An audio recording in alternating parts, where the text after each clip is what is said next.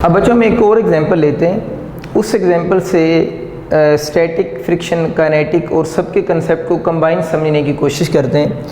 Suppose करें एक block है आप लोगों के पास और इस ब्लॉक की जो मास है वो हम 2 किलोग्राम ले रहे हैं। इसकी मास 2 kg है और इस पर हम जो फोर्स अप्लाई कर रहे हैं वो 20 न्यूटन है। कोफिशिएंट अज्यूम कर लेते हैं। इसका कोफिशिएंट ऑफ स्टैटिक फ्रिक्शन जो सरफेस का है वो 0.6 है, यानी कोफिशिएंट ऑफ स्टैटिक फ्रिक्शन 0.6 है। इस पर सबसे पहली चीज़ ये बच्चों चेक करनी है कि जो बॉडी जिसकी हम बात कर रहे हैं ये बॉडी रेस्ट में है, ये बॉडी किस में है, मोशन में है। तो मैंने ये आपको रूल बताया था ना, ये आपको सिस्टम गिवन है और आप लोगों ने चेक करके बताना है कि बॉडी रेस्ट में है, बॉडी मोशन में है। मुझे बताओ मैंने क्या रूल बताया था? फॉर मोशन क्या करना है जी? फॉर मोशन क्या होना चाहिए?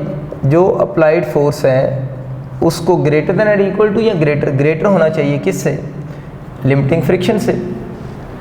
अब इसका मतलब ये हो कि अगर मोशन चेक करनी है तो अप्लाइड फोर्स को चेक करना पड़ेगा वो लिमिटिंग फ्रिक्शन से ग्रेटर है या नहीं है। इसके लिए पहले क्या निकालेंगे? F limiting. क्या फॉर्मूला होता है उसका?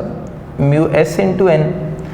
अब हमें पता है कि एन नॉर्मल फोर्स है, ये आपका ऐसा केस है जिसमें थीटा 0 डिग्री बन रहा है। इसमें नॉर्मल डायरेक्शन कैलकुलेट करना बहुत आसान होता है क्योंकि ये जो प्लेन केस मैंने आपको बताया था इसमें नॉर्मल डायरेक्शन सिंपली mg के बराबर होगा। म्यू एस, एन को mg लिख दिया। म्यू एस वो जनाब बता रहा है 0.6 है, मास 2 kg है, g 10 है, पॉइंट लगा दिया, 0 0 से कैंसिल हो गया तो 12 न्यूटन। अब इस केस में लिमिटिंग जो फ्रिक्शन है वो 12 न्यूटन है। लिमिटिंग फ्रिक्शन का मतलब क्या है? ये मैक्सिमम वैल्यू है स्टैटिक फ्रिक्शन की जो बॉडी लगा सकता है जब बॉडी किस में हो, रेस्ट की स्टेट में हो। अब देखना है बॉडी रेस्ट में या मोशन में है तो रूल अप्लाई करो ना। अप्लाइड फोर्स ग्रेटर है किससे? लिमिटिंग से। अप्लाइड कितनी है यहाँ पर? वो 20 न्यूटन है और लिमिटिंग जो है वो कितनी है? 12 न्यूटन है। तो इस केस में बॉडी रेस्ट में या बॉडी मोशन में है? इस केस में आपके पास जो बॉडी है वो किस में आ गया? मोशन में आ गया। अब बच्चे को कन्फ्यूज़ ये हो रहे होते हैं कि वो ये समझते हैं, अब इस केस में वो पूछते हैं कि सर स्टैटिक फ्रिक्शन कितनी होगी, यानी ये डायग्राम है, इस केस में पूछते हैं स्टैटिक फ्रिक्शन कितनी होगी। देखिए स्टैटिक फ्रिक्शन कब होती है? जब बॉडी रेस्ट में हो। तो मुझे ये बताओ कि अब ये वाला बॉडी रेस्ट में है, ये वाला बॉडी तो किस में? मोशन में है। तो जब बॉडी मूव करने लग गया है तो उस वक्त स्टैटिक फ्रिक्शन नहीं होगी। क्यों नहीं होगी? कि बॉडी किस स्टेट में आ गया है? मोशन में आ गया। तो अब कौन सी फ्रिक्शन होगी? अब बच्चे इस केस में जो फ्रिक्शन होगी वो काइनेटिक फ्रिक्शन होगी। आपको कन्फ्यूजन क्लियर हुई कि पहले जब बॉडी किस में था? रेस्ट में था। जब बॉडी रेस्ट में था उस वक्त हम स्टैटिक बता सकते थे। और रेस्ट में स्टैटिक हम कैसे बता सकते थे? रेस्ट में स्टैटिक फ्रिक्शन किसकी इक्वल होती थी? अप्लाइड फोर्स की इक्वल थी। लेकिन उसके लिए ज़रूरी था बॉडी रेस्ट में हो। जितनी आप अप्लाइड लगाते हैं उतनी स्टैटिक, समझने की बात की ना। लेकिन ये तब रूल अप्लाई होता है जब बॉडी रेस्ट में हो। और बॉडी रेस्ट में बॉडी रेस्ट और मोशन को कैसे चेक करना है? ये मोशन का फार्मूला लिखा हुआ है। अगर अप्लाइड फोर्स ग्रेटर हो जाए किससे? लिमिटिंग फ्रिक्शन से, तो उस वक्त बॉडी किस में है? मोशन में है। लेकिन अगर लिमिटिंग जो ग्रेटर हो किससे? अप्लाइड फोर्स से, ये इक्वल हो तो बॉडी किस में? रेस्ट में। अब ये बात भी लिख सकते हैं ना कि रेस्ट के लिए हम ये भी लिख सकते हैं कि लिमिटिंग जो फ्रिक्शन है अगर वो greater than and equal to applied force हो तो फिर बॉडी किस स्टेट में होगा? रेस्ट की स्टेट में होगा। अब रेस्ट में जब बॉडी होता है तो फिर स्टैटिक फ्रिक्शन कैलकुलेट होती है ना। और फिर स्टैटिक फ्रिक्शन कैसे कैलकुलेट होती है? वो हम बोलते हैं कि वो सेल्फ एडजस्टेबल होती है। मैं थोड़ी और प्रैक्टिस करवाता हूँ। सपोज करें कोई एग्जाम्पल है, उसमें अप्लाइड फोर्स थी 15 न्यूटन और जो लिमिटिंग फ्रिक्शन थी वो थी सपोज करें 18 न्यूटन। कोई केस है ना, अप्लाइड फोर्स 15 बनी और लिमिटिंग फ्रिक्शन होगी 18। मुझे बताओ इस केस में जो स्टैटिक फ्रिक्शन कितनी होगी? अब इस केस में स्टैटिक फ्रिक्शन के क्या रूल है? इक्वल टू क्या होगी? Applied force. तो स्टैटिक फ्रिक्शन इस केस में 15 न्यूटन होगी। समझ अब क्लियर होगी बात। लेकिन स्टैटिक फ्रिक्शन कब है? जब बॉडी किस में है? रेस्ट में है। दोबारा चेंज करते हैं। सपोज करें ये वाली फोर्स इज 16 न्यूटन। अब दोबारा बॉडी की स्टेट में, अब बढ़ा रहे हैं ना अपनी अप्लाइड फोर्स को, बॉडी फिर रेस्ट में।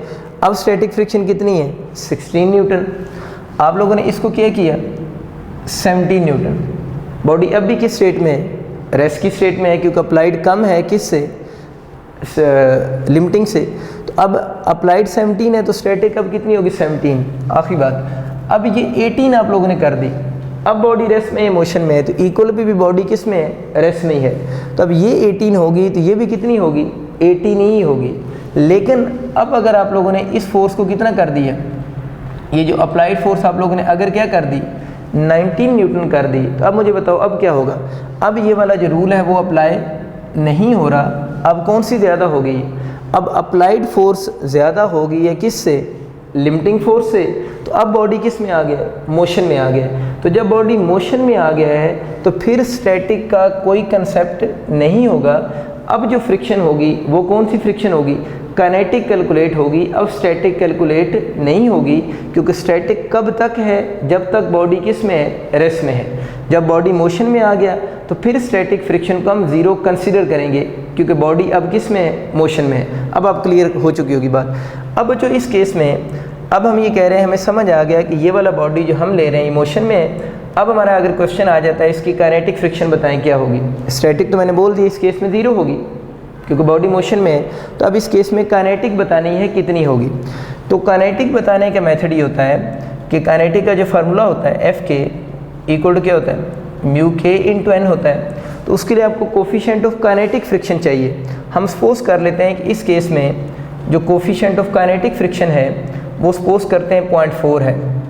एन तो हमें पता है एम जी की इक्वल है, इसमें वैल्यूज पुट कर देंगे म्यू के, एन को आप लोगों ने एम जी लिख दिया। तो एफ के यानी coefficient of kinetic friction equal to mu K कितना आ रहा है 0.4, एम बच्चों कितना है 2 लिया हुआ है, जी 10 है, पॉइंट लगा दिया, ये कैंसिल होकर इस केस में जो काइनेटिक फ्रिक्शन है वो कितनी होगी 8 न्यूटन। और हमें पता है कि जो काइनेटिक फ्रिक्शन होगी वो अलोंग द टेंजेंट क्या करेगी, एक्ट करेगी, और बॉडी की मोशन के अपोजिट होगी। इस केस में जो काइनेटिक फ्रिक्शन है वो 8 न्यूटन, स्टैटिक कितनी 0, बिल्कुल ठीक। काइनेटिक 8 न्यूटन कैलकुलेट होगी। अब अगर आपका क्वेश्चन आ जाता है तो आप बॉडी का एक्सेलरेशन भी कैलकुलेट कर सकते हैं। एक्सेलरेशन कैसे कैलकुलेट होगा, वही न्यूटन सेकंड लॉ से, F is equal to M A, और ये F कौन सी नेट, F नेट कैसे निकालेंगे, अप्लाइड फोर्स में से फ्रिक्शन को माइनस करेंगे, क्योंकि दोनों की डायरेक्शन अपोजिट है। तो क्या लिखेंगे F applied minus friction equal to M A. चलें उसी तरह लिख देता हूँ, नेक्स्ट टाइम वैल्यूज पुट करते हैं। F अप्लाइड यहाँ से जो बन रही है बच्चों वो आपकी कितनी इक्वल आ रही है 20 माइनस फ्रिक्शन कितनी जनाब 8 is equal to M A. M कितना है 2 इंटू ए, ये 12, 2a हो जाएगा। a कैलकुलेट करेंगे तो 12/2, तो यहाँ से जो एक्सेलरेशन आ रहा है वो 6 मीटर पर सेकंड स्क्वायर बनेगा। तो ये बात कर रहा है कि इस केस में जो एक्सेलरेशन होगा वो 6 मीटर पर सेकंड स्क्वायर होगा। तो अब बच्चों आपको क्लियर हो चुका होगा स्टैटिक क्या है, लिमिटिंग फ्रिक्शन क्या है और मैक्सिमम स्टैटिक क्या है। इन आइडियाज़ को आप लोगों ने माइंड में रखना है, तो फिर आप इजीली किसी भी क्वेश्चन में जब प्रॉब्लम्स आएंगे तो उसको हम सॉल्व कर सकते हैं। अब बच्चों हम देखते हैं कि फ्रिक्शन को हम ग्राफिकली कैसे लिंक कर सकते हैं। ग्राफिकल रिप्रेजेंटेशन के लिए आप लोग जो एक एक्सेस है वो अप्लाइड फोर्स का रख लें। सपोज कर लेते हैं कि ये वाला जो एक्सेस है ये एक्सेस शो कर रहा है अप्लाइड फोर्स को, और ये जो वर्टिकल एक्सेस आप लोगों का ये वाला एक्सेस शो कर रहा है फ्रिक्शन को। और अभी हम लोगों ने क्या रूल पढ़ा था, if body is in state of rest, तो फिर क्या होगा, उस पर जो स्टैटिक फ्रिक्शन होगी दैट इज़ इक्वल टू क्या होगी, अप्लाइड फोर्स होगी। और मैं आपको समझा रहा था कि हम अप्लाइड फोर्स बढ़ाते जा रहे हैं और स्टैटिक फ्रिक्शन की वैल्यू भी क्या हो रही है, इंक्रीज़ हो रही थी। अभी जो थोड़ी देर पहले एग्जांपल दी, इसका मतलब ये हुआ कि जब अप्लाइड फोर्स ज़ीरो होगी फिर फ्रिक्शन इसको ज़ीरो करेंगे तो इसने भी क्या होना है, ज़ीरो होना है। अगर अप्लाइड फोर्स इंक्रीज़ करेंगे तो स्टैटिक फ्रिक्शन ने भी क्या होना है, इंक्रीज़ होना है। तो इनका ग्राफ स्ट्रेट लाइन होगा।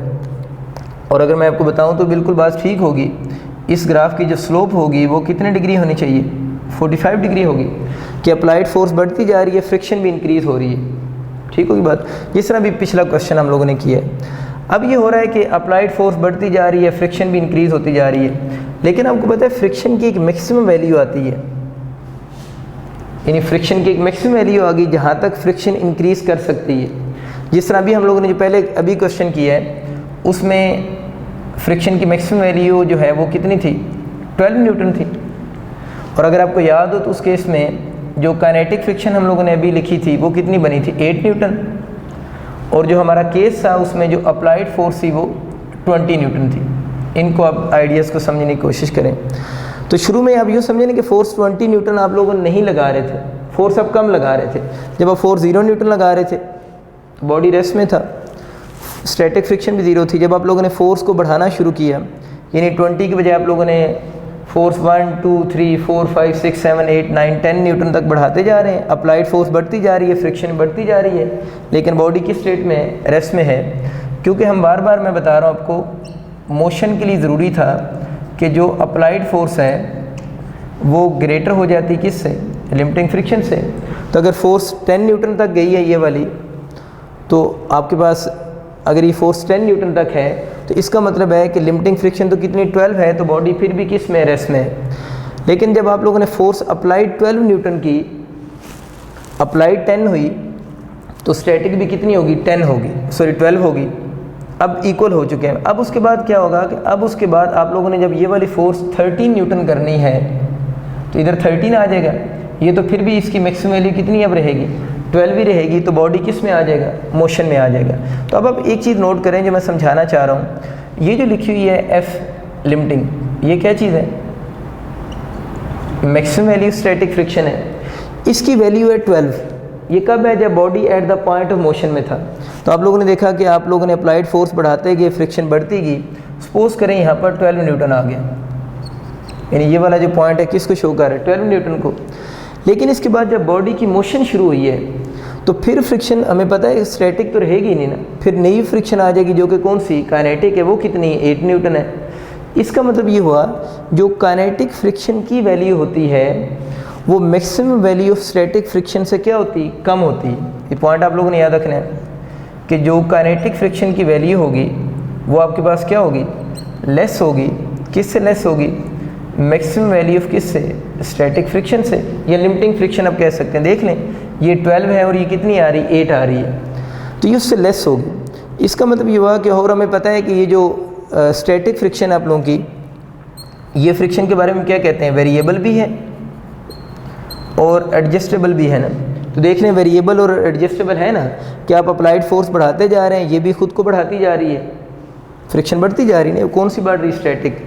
क्योंकि ये जो जोन मैंने अभी तक आपके सामने बोर्ड पे प्लाट किया है ना, ये वाला जो सारा जोन है, इस सारे जोन में बॉडी की स्टेट में, रेस्ट की स्टेट में है। और ये बेसिकली जो पॉइंट है, यहाँ से बॉडी की मोशन क्या होनी, स्टार्ट होनी, ये पॉइंट ऑफ मोशन है।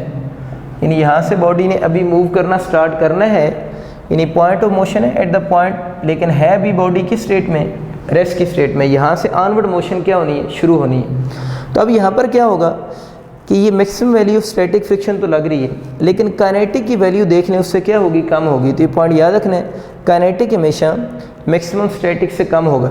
और हमें पता है जो काइनेटिक की वैल्यू होती है वो क्या होती है, कांस्टेंट होती है, और उसकी वैल्यू से थोड़ी सी कम आ रही है। तो अगर मैं इसको ग्राफ में शो करूँगा तो इसका ग्राफ कुछ यूँ बनेगा। फिर आप लोगों का अगर हम इसको ग्राफिकली शो करते हैं तो ग्राफ हम कुछ यूँ बना सकते हैं, यूँ समझें कि इसका ग्राफ फिर यूँ हो जाएगा। ये वाला जो जोन है किसको शो कर रहा है, स्टैटिक फ्रिक्शन को। ये वाला जो पॉइंट है वो कौन सी, लिमिटिंग फ्रिक्शन, ये मैक्सिमम वैल्यू स्टैटिक फ्रिक्शन को। और ये वाली जो स्ट्रेट लाइन है जो कांस्टेंट है, ये फ्रिक्शन कौन सी, काइनेटिक फ्रिक्शन है। तो आपको समझ आ गया कि ये सारी स्टैटिक की मैक्सिमम वैल्यू ये वाली लिमिटिंग, और ये जो फ्रिक्शन है वो कौन सी फ्रिक्शन है, काइनेटिक फ्रिक्शन आप लोगों की होगी। और जिसकी वैल्यू जो है वो मैक्सिमम स्टैटिक से स्लाइट क्या होती, किससे कम होती, मैक्सिमम स्टैटिक से स्लाइट क्या होगी, लेस होगी। ऐसा क्यों होता है उसको देख लेते हैं। देखिए अगर हम फ्रिक्शन को माइक्रोस्कोपिक लेवल पे समझना चाहें, सपोज करिए एक सरफेस है और ये उसके ऊपर आप लोगों ने कोई दूसरी सरफेस रखी हुई है, ये 2 सरफेस हैं जो आपस में इन कॉन्टैक्ट हैं। देखिए अगर आप इस बॉडी को, इस बॉडी ए को बॉडी बी के ऊपर मूव करवाना चाह रहे हैं, तो देखिए बहुत सारी जो पॉइंट्स हैं वहाँ पर इन दोनों सरफेस ने एक दूसरे को लॉक किया हुआ है। यानी अगर हम माइक्रोस्कोपिक लेवल पे देखें, जब ये दोनों बॉडीज़ एक दूसरे के ऊपर रखे हुए हैं तो बहुत सारे पॉइंट्स पे माइक्रोस्कोपिक लेवल पे इसमें असल में इरेगुलरिटीज़ बहुत ज़्यादा होती हैं ना, तो अगर आप इसको माइक्रोस्कोपिक लेवल पर जाकर देखें तो अच्छी ज़्यादा इसमें इरेगुलरिटीज़ हैं। उन इरेगुलरिटीज़ ने एक दूसरे को यूँ लॉक किया हुआ है। अब आप लोगों ने उस ब्लॉकेज को ख़त्म करना है, आप लोगों ने इसकी ब्लॉकेज को क्या करना है, ख़त्म करना है। तो ब्लॉकेज को ख़त्म करने के लिए आप इस पर क्या लगा रहे हैं, फोर्स लगा रहे हैं। अब ज़रा खुद सोचो, जब ब्लॉकेज ख़त्म कर रहे हैं तो आपको ज़्यादा अपोजिशन ऑफर हो रही है, यानी इस ब्लॉकेज को ख़त्म करने के लिए आपको क्या ऑफर होगी, ज़्यादा अपोजिशन ऑफर होगी। लेकिन जब ब्लॉकेज ख़त्म हो जाएगी तो इसकी मोशन क्या हो जाएगी, स्टार्ट हो जाएगी।